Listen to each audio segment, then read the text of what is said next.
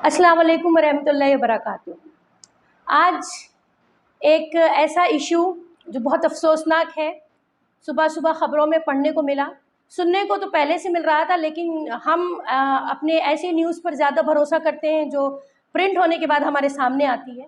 आज सुबह की जो लेटेस्ट खबर हमने देखी कि बोम्मई जो हैं चीफ मिनिस्टर, उनके पास कांग्रेस के कुछ कायदीन जो अपने आप को सो कॉल्ड पॉलिटिकल लीडर्स मानते हैं, वो पहुंच गए। और उनमें ज़्यादातर शर्म की बात है कि हमारे अपने ही मुस्लिम लीडर्स भी शामिल थे। और उन्होंने जाके बोम्मई को एक ऐसा मेमोरेंडम दिया जिसमें उन्होंने अपील की है कि SDPI social democratic party of India और PFI popular front of India को फ़ौरन बैन कर दिया जाए।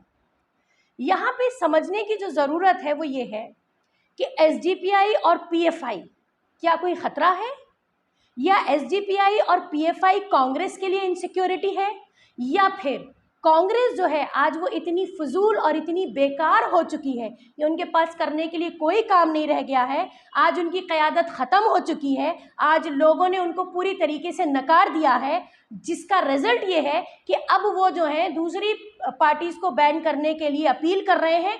लेकिन मैं आपको यहाँ पे एक बात बताऊँ, एसडीपीआई और पीएफआई जो है वो रिकॉग्नाइज्ड रजिस्टर्ड पार्टीज़ हैं जो लीगल फ्रेमवर्क में रहकर काम करती हैं। और एक चीज़, इस वक्त हिंदुस्तान में एसडीपीआई एक ऐसी सोशल डेमोक्रेटिक पॉलिटिकल पार्टी है जो प्योरली स्ट्रांगली ऑनेस्टली अपोजिशन का रोल प्ले कर रही है।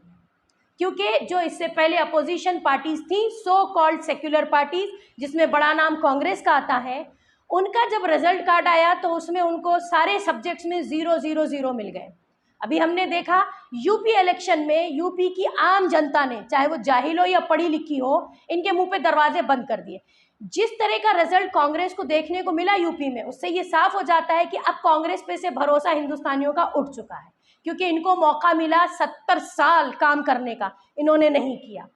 और दूसरी बात, ये हिडन एजेंडे, देखिए कांग्रेस को हम क्या मानते हैं, कांग और आरएसएस, ये है ये कांग्रेस। मैं आपको एक छोटी कहानी सुनाऊं। शायद एक माँ थी जिनके 2 बॉयफ्रेंड रहे होंगे, एक से तो बीजेपी पैदा हो गई और दूसरे से लगता है कि आरएसएस पैदा हो गई। मैं तो इन लोगों को दोनों को आपस में एक ही माँ की औलाद मानती हूँ, शायद बाप अलग अलग है, इससे ज़्यादा और इनमें कोई फ़र्क नहीं है।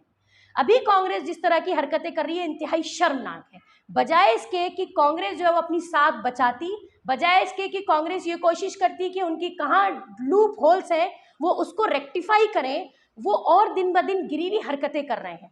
हमें इस बात से फ़र्क नहीं पड़ता कि वो कहते हैं कि एसडीपीआई बैन करो, पीएफआई बैन करो, ये होगा नहीं इंशाल्लाह, क्योंकि लोग जान रहे हैं, अब लोग रिकॉग्नाइज कर रहे हैं, लोग इस बात का एहसास कर रहे हैं कि किस तरह ग्राउंड लेवल पे ये पार्टीज काम करती हैं। हमने सिर्फ मुसलमानों के हक में काम नहीं किया है, कोई ऐसी कम्युनिटी इस वक्त नहीं है और उसका सबूत मौजूद है। आप न्यूज़ उठा के देख लीजिए, आप रिपोर्ट उठा के देख लीजिए, आप सर्वे उठा के देख लीजिए कि किस तरह एसडीपीआई हर एक मुद्दे पे काम करती है, हर एक नाइंसाफ़ी के खिलाफ खुलकर आवाज़ उठाती है, हर एक चीज़ के खिलाफ हम कुर्बानी देते हैं, सड़कों पे आकर पीसफुल तरीके से प्रोटेस्ट करते हैं। एक्चुअली संविधान को बचाने का काम हम कर रहे हैं, पीसफुल माहौल मेंटेन रहे इसका काम, इसकी अपील, इसकी गुहार हम लगा रहे हैं। तो सारा जो काम एक पॉलिटिकल पार्टी को, कांग्रेस को करना चाहिए था, वो सारा रोल अल्हम्दुलिल्लाह हम प्ले कर रहे हैं। सही मानों में एक अच्छी मजबूत प्योर पार्टी तो हम ही हैं, बंद होने का सवाल नहीं है। लेकिन यहाँ पे कांग्रेस को ये शर्म नहीं आई कि उन्होंने एक बट्टा, एक